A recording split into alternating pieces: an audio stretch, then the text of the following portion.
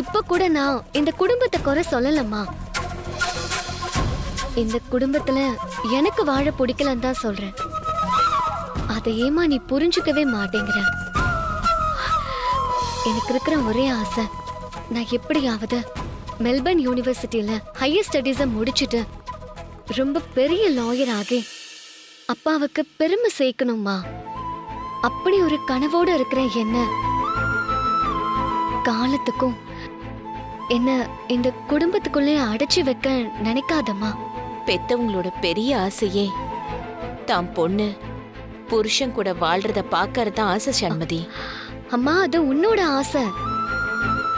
அதுக்காக நான் என்னோட ஆசைய விட்டு தர முடியாதே.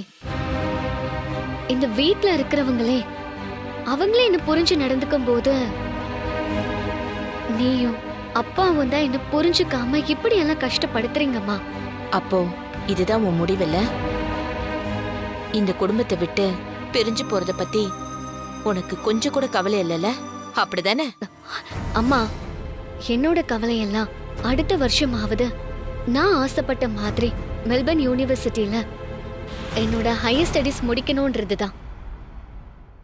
அதை தவிர என் மனசுல வேற எதுவுமே இல்ல. உன் மனசுல இத பத்தி ஏதாவது ஆசை இருந்தா தயவு செஞ்சு அதை மாத்திக்கோமா.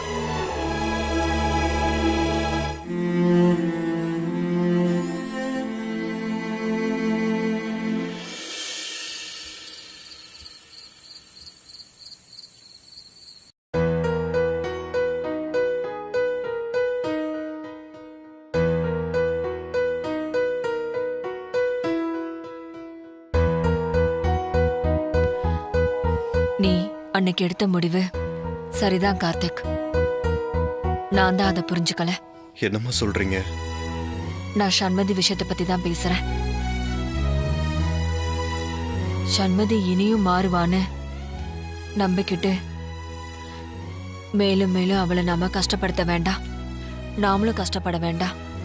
அவளுக்கு அவள் லட்சியமும் கனவும் பெருசா இருக்கு. நாம அதை மதிக்கணும். நம்ம விருப்பத்துக்காக அவளோட கனவையும் லட்சியத்தையும் நாம அலட்சியப்படுத்திடக்கூடாது. கார்த்திக், நீ சொன்ன மாதிரி சண்மதிக்கு நாம நல்லது செய்யணும்னு நினைச்சா இனி அவளை அவ வழியில சுதந்திரமா போக விடணும். உண்மையை சொல்ல போனா அவ சந்தோஷத்துக்கு குறுக்க நிக்கிறது நாம தான். அவ மேல எந்த தப்புமே இல்ல. எவ்வளவு சீக்கிரம் சண்மதிக்கு டிவோர்ஸ் கிடைச்சு இந்த வீட்டை விட்டு அவ போறாளோ அந்த அளவுக்கு அவ நிம்மதியாவும் சந்தோஷமாவும் இருப்பா. என்னோட ஆசையெல்லாம் சண்மதி இனி அவளோட விருப்பப்படி அவளோட வாழ்க்கைய வாழணுங்கிறது தான். என்ன ராஜி, நீயே இப்படி பேசலாமா? சண்மதி கார்த்திகை புரிஞ்சுக்க இன்னும் கொஞ்சம் நாள் ஆகுன்னு எனக்கு தோணுதுமா. நீ எடுத்திருக்கிற அந்த பெரிய முடிவு இன்னும் கொஞ்சம் காலத்துக்கு தள்ளி வைக்கிறது நல்லதுன்னு தோணுது. என்ன மன்னிச்சிருங்க. அதுக்கான காலகட்டம் முடிஞ்சிருச்சுங்க.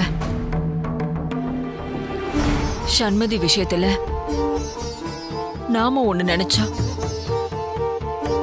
ஆனா அந்த வாழ்க்கை கைக்குடி வராதுன்னு தோணுது. நம்ம நம்பிக்கைக்காக மத்தவங்களோட கனவு விருப்பத்தை காலாவதி ஆக்குறதுல எனக்கு உடன்பாடு இல்ல.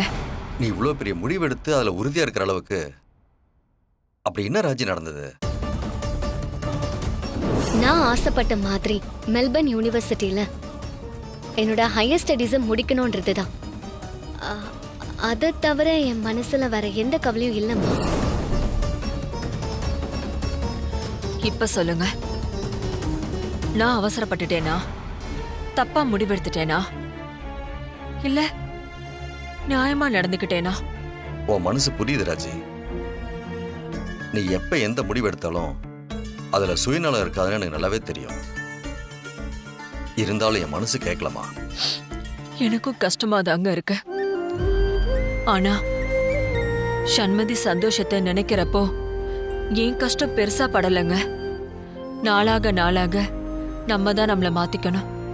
அம்மா, சரியான நேரத்துல சரியான முடிவு எடுத்திருக்கீங்க.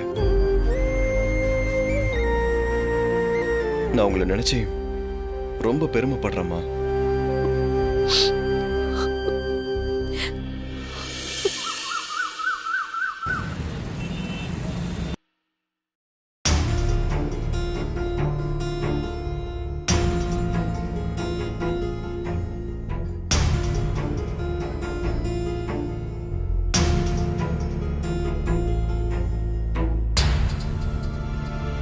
உங்க பையனுக்கும் மருமகளுக்குமான ஃபைனல் கவுன்சிலிங்ல நான் தான் கவனிச்சுக்க போறேன்.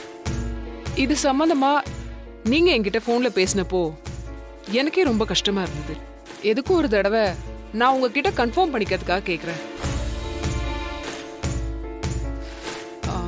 நேத்து நீங்க என்கிட்ட போன்ல சொன்ன மாதிரியே இந்த விவாகரத்து சம்பந்தமான உங்க முடிவுல இன்னும் உறுதியா இருக்கீங்களா? என்னோட முடிவுல எந்த மாற்றமும் இல்ல மேடம். என் மருமக ஆசைப்பட்ட மாதிரியே சீக்கிரமா விவாகரத்து வாங்கி கொடுத்துருங்க. இதுக்கு முன்னாடி கார்த்திக்கும் சண்மதியும் கவுன்சிலிங் வந்தப்போ குறைஞ்சது 1 வருஷமாவது அவங்க சேர்ந்து வாழணும்னு சொன்னதை கேட்டு நான் அவ்வளோ சந்தோஷப்பட்டேன். இந்த 1 வருஷத்துல கண்டிப்பா சண்மதி மனசு மாறி கார்த்திக்கோட சேர்ந்து வாழ சம்மதிச்சிருவான்னு அவ்வளோ நம்பினேன். அதெல்லாம் இனி எப்பவுமே நடக்க போறது இல்லைன்னு தெரிஞ்சதுக்கு அப்புறம்தான் இன்னமும் சண்மதிய கூடவே இருக்க வச்சு அவ மனச கஷ்டப்படுத்த விரும்பல. கல்யாணம் குடும்பம்னு சராசரி பொண்ணுங்களோட வாழ்க்கைய வாழ நினைக்காம சண்மதிக்குன்னு நிறைய ஆசை கனவு லட்சியம்னு எல்லாம் இருக்கு. எங்களால அதெல்லாம் தடைப்பற்ற கூடாதுன்னு நினைக்கிறோம் மேடம். அதனால அவ ஆசைப்பட்ட மாதிரியே சீக்கிரம் விவாகரத்து கொடுத்துட்டா அதுக்கப்புறம் அவ வாழ்க்கைய அவ பாத்துப்பா இல்லையா? நீங்க இப்படிலாம் பேசுறத கேட்கும் போது ரொம்ப ஆச்சரியமா இருக்கு. ஏன் மேடம்? இதுவரைக்கும் தன்னோட பையனுக்கு விவாகரத்து கேட்டு வந்த அம்மாக்கள் எல்லாம் அவங்க மருமகளை கோவக்காரி கொடுமைக்காரின்னு திட்டி சாபம் கொடுத்துதான் பாத்திருக்கேன். என்னோட இத்தனை வருஷ சர்வீஸ்ல முதல் தடவையா தான் பையனை விட்டு பிரிஞ்சு போனாலும் மருமகன் நல்லா இருக்கணும்னு நினைக்கிற ஒரு மாமியார நான் இப்பதான் பாக்குறேன். சண்மதியோட விருப்பத்தை புரிஞ்சு நடந்துக்கிறது நியாயம் தானே மேடம்? உண்மைதான் கார்த்திக். ஆனா இதே புரிதல் அவங்களுக்கும் இருந்திருந்தா உங்க லைஃப் எவ்வளவு அழகா இருந்திருக்கும்ல. நாம கஷ்டப்பட்டாலும் பரவாயில்ல, நம்ம குடும்பத்தை விட்டு போற அந்த பொண்ணு நல்லா இருக்கணும்னு நீங்க 2 பேரும் நினைக்கிறீங்க பாருங்க. உங்களை நினைச்சா ரொம்ப பெருமையா இருக்கு. இன்னும் 6 மாசத்துக்கு அப்புறம் வரப்போற உங்க மகன் மருமகளோட கவுன்சிலிங் நீங்க கேட்ட மாதிரியே முன்னாடியே கவுன்சிலிங் நடக்க ஏற்பாடு பண்ண என்னெல்லாம் முடியுமோ அதை நான் பண்றேன். இது எல்லாமே உங்களுக்காக தான். நீங்க கேட்ட மாதிரியே ஃபைனல் கவுன்சிலிங் ஏற்பாடு பண்றது என்னோட பொறுப்பு. கவலைப்படாதீங்க. ரொம்ப நன்றி மேடம்.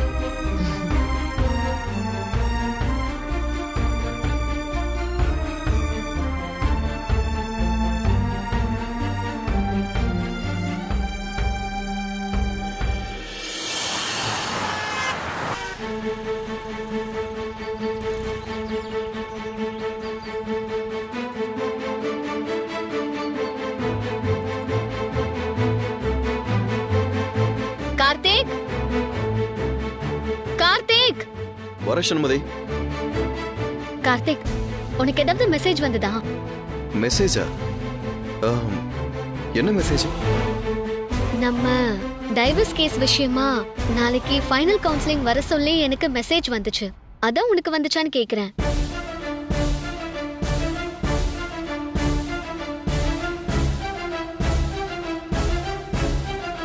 வந்துச்சு சண்மதி. லாஸ்ட் டைம் நம்ம போனப்போ நாம 2 பேரும் 1 இயர் சேர்ந்து வாழ்ந்ததுக்கு அப்புறம் தானே ஃபைனல் கவுன்சிலிங்னு சொன்னாங்க. இப்போ திடீர்னு நாளைக்கே வர சொல்லிருக்காங்கன்றது நான் கொஞ்சம் கூட யோசிச்சே பார்க்கல. இவ்ளோ ஃபாஸ்டா நடக்குதுன்னா அப்போ சீக்கிரமே நம்ம கேட்ட மாதிரி டைவர்ஸ் கிடைச்சிரும் தான். ஏமா ஹ? அவங்க ஏதோ ஃபார்மாலிட்டிக்காக திரும்பவும் உங்களை கவுன்சிலிங்க்கு வர சொல்லியிருப்பாங்க. அதுக்குள்ள எல்லாமே முடிஞ்சிட்ட மாதிரி ஏமா எதேதோ யோசிக்கிற? இதுதான் ஃபைனல் கவுன்சிலிங்னு மெசேஜ் வந்திருக்கு. அப்படி இருக்கும்போது நாங்க 2 பேரும் சேர்ந்து மியூச்சுவலா விருப்பம் இல்லைன்னு சொல்லிட்டா உடனே டைவர்ஸ் கிடைச்சிரும். இவ்வளோ சீக்கிரம் டைவர்ஸ் கிடைக்கும்னு நான் நினைக்கவே இல்லை. கார்த்தி, நாளைக்கு காலையில 10 o'clock கவுன்சிலிங் வர சொல்லிருக்காங்க. எதுக்கும் நம்ம கொஞ்சம் சீக்கிரமே போயிடலாம். நம்மளால அங்க லேட் ஆயிடக்கூடாது. சரியா? சரி சண்மதி, சீக்கிரமா அங்க போயிடலாம். தேங்க்யூ கார்த்திக். சண்மதி, ஒன்றும் இல்லை, உனக்கு பிடிக்குமேனு நைட்டுக்கு ஆப்பம் குழி பணியாரம் எல்லாம் செஞ்சு வச்சிருக்கேன். நீ ரெஃப்ரெஷ் ஆயிட்டு வந்து சாப்பிடு. 10 minutes, நான் போய் ரெஃப்ரெஷ் ஆயிட்டு வந்துடுறேன்.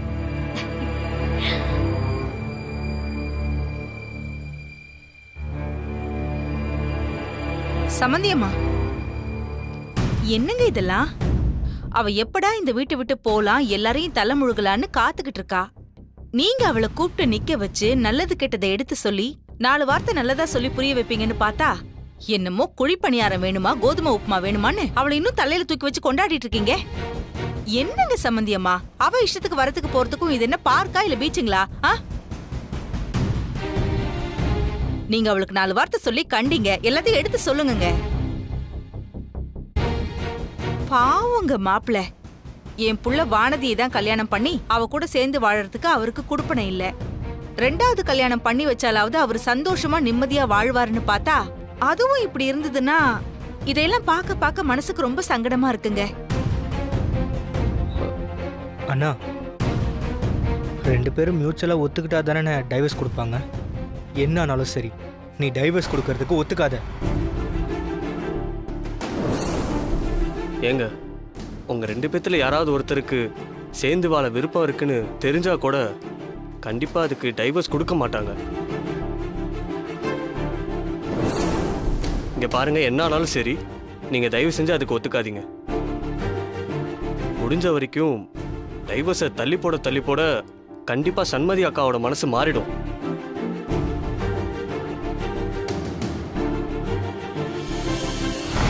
அண்ணன், இது கூட நல்ல யோசனையா தான் இருக்கு. நாளைக்கு கவுன்சிலிங் போகும்போது இதை தெளிவா அன்னிக்கிட்ட சொல்லிடுங்க. எல்லாரும் கொஞ்சம் அமைதியா இருக்கீங்களா?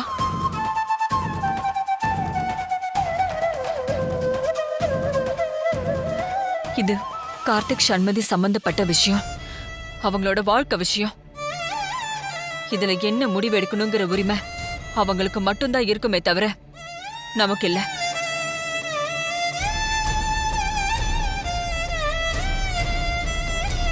சண்மதி எடுத்த இந்த முடிவு கார்த்திக்கோட முடிவாவும் இருக்கும். இத பத்தி யாரும் பேசி பிரச்சனையாக்க வேண்டாம். இதை இதோட விடுங்க.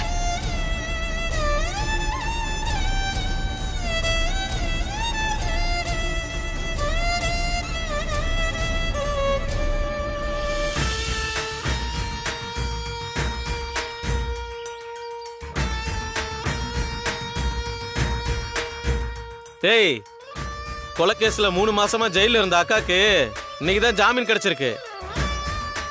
நம்ம வரவேற்பை பார்த்து அக்கா அசந்து போயிடணும். அண்ணா, நம்ம தான் எல்லாத்தையும் ரெடி பண்ணிட்டோமே பக்காவா. இன்னைக்கு நம்ம பண்றதெல்லாம் பார்த்துட்டு அக்கா அசந்து போறாங்க பாருங்க.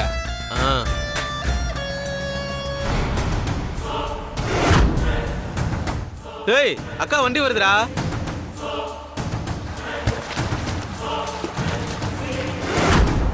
டேய், என்னடா பாத்துட்டு இருக்க? பட்டாசா போடுறா. சரிண்ணா, போடுறா சீக்கிரம்.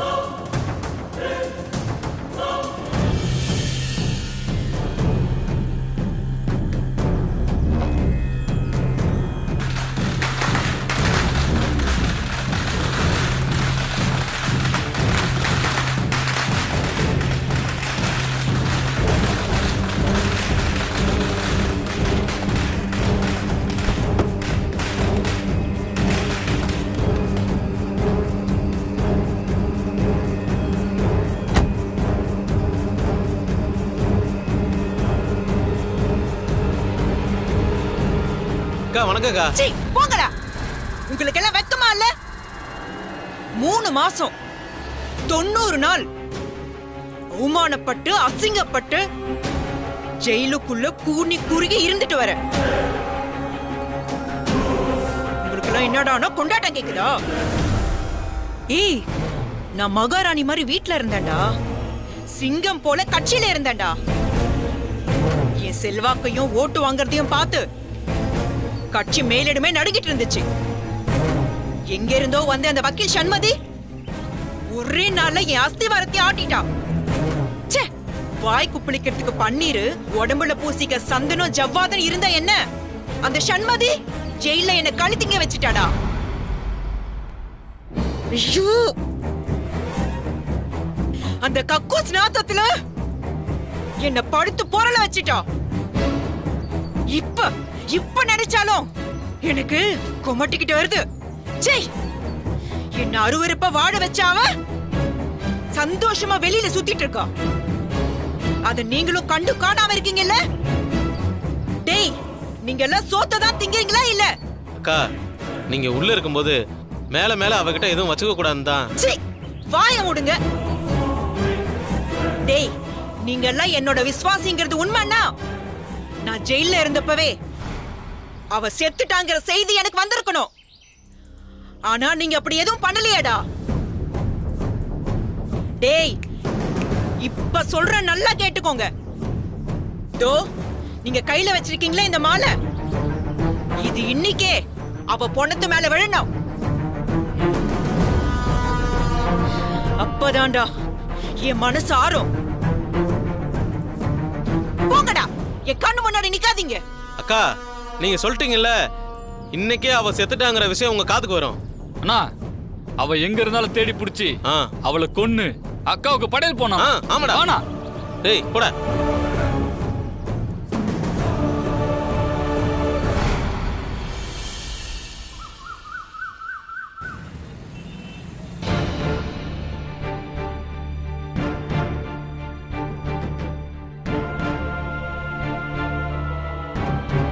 கார்த்திக் சார், மேடம் வர சொல்றாங்க. வா.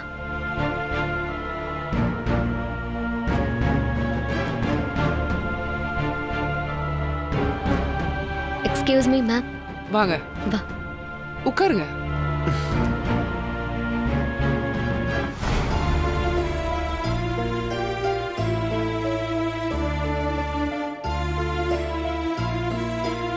இது உங்க 2 பேருக்கான ஃபைனல் கவுன்சிலிங். கல்யாணமாகி என்ன ஒரு 6 மாசம் ஒன்னா சேர்ந்து வாழ்ந்திருப்பீங்களா? ஆமா மேம். போன தடவை நாங்க கவுன்சிலிங் வந்திருந்தப்போ கம்பல்சரி 2 பேருமே 1 இயர் ஒன்னா சேர்ந்து வாழ்ந்தாதான் இந்த கேஸ்ல கோர்ட் ப்ரொசீட் பண்ண முடியும்னு சொல்லிட்டாங்க. ஆனா இங்க இருக்கிறவங்க கோர்ட்டோட இனிஷியேட்டிவ்ன்றதுனால சீக்கிரமே எங்களை ஃபைனல் கவுன்சிலிங்க்கு வர சொல்லிட்டாங்க. பொதுவாவே ஒரு விவாகரத்து கேஸ்ல நீதிமன்றத்தோட நோக்கம் கணவன் மனைவியை பிரிக்கிறது கிடையாது. அவங்களுக்குள்ள இருக்க மிஸ் அண்டர்ஸ்டாண்டிங்கை சரி பண்ணி அவங்கள சேர்த்து வைக்கணும். அதுதான் எங்களோட கடமை. இதுக்கு முன்னாடியும் நீங்க கவுன்சிலிங் வந்தப்போ உங்ககிட்ட இந்த கேள்வி கேட்டிருப்பாங்க. இப்ப நானும் அதே தான் கேக்குறேன். கண்டிப்பா உங்களுக்கு விவாகரத்து வேணுமா? நீங்க ஏன் ஒருத்தருக்கு ஒருத்தர் புரிஞ்சுக்கிட்டு சேர்ந்து வாழ முயற்சி பண்ணக்கூடாது?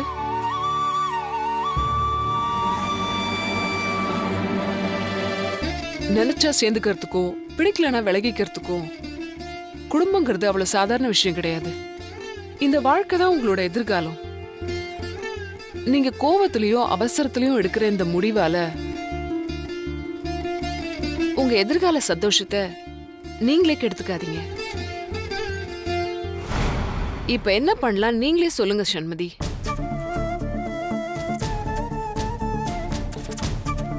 கார்த்திக், இந்த விஷயத்துல உங்களோட முடிவு என்ன? சண்மதியோட முடிவு என்னவோ அதுதான் என்னோட முடிவும் மேடம்.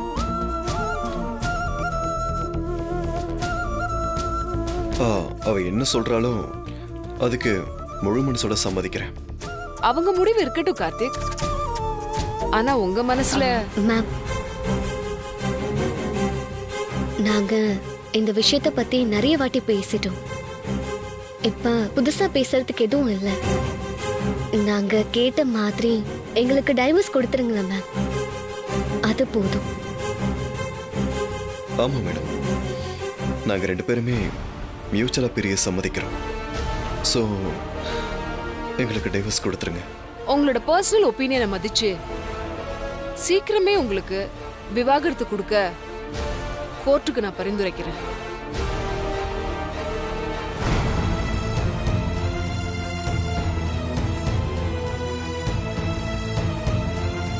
Thanks ma'am.